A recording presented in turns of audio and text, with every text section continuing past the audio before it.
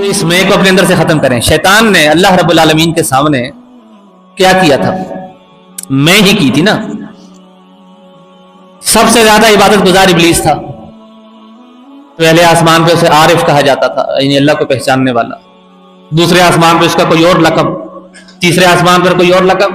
کہیں اسے عابد کہا جاتا تھا، اللہ کی سب سے زیادہ عبادت کرنے والا.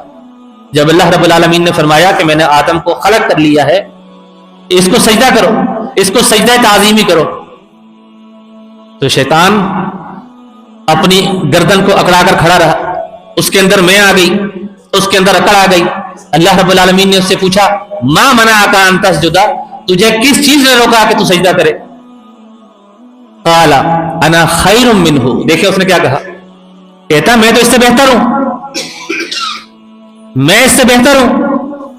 خلقتنی من نار، تو نے مجھے آگ سے بنایا ہے اور آگ بلندی کی طرف جاتی ہے.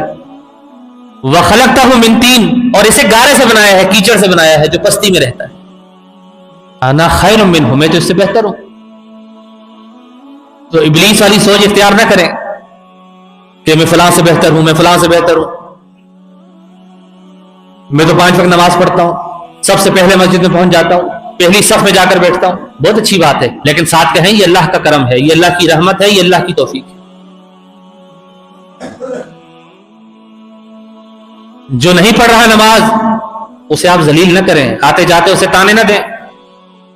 اس کے سامنے نماز کی فرضیت کو، اس کی فضیلت کو، اس کی شان کو، اس کے ثواب کو رکھیں تاکہ اس کا بھی دل نماز کی طرف آ جائے.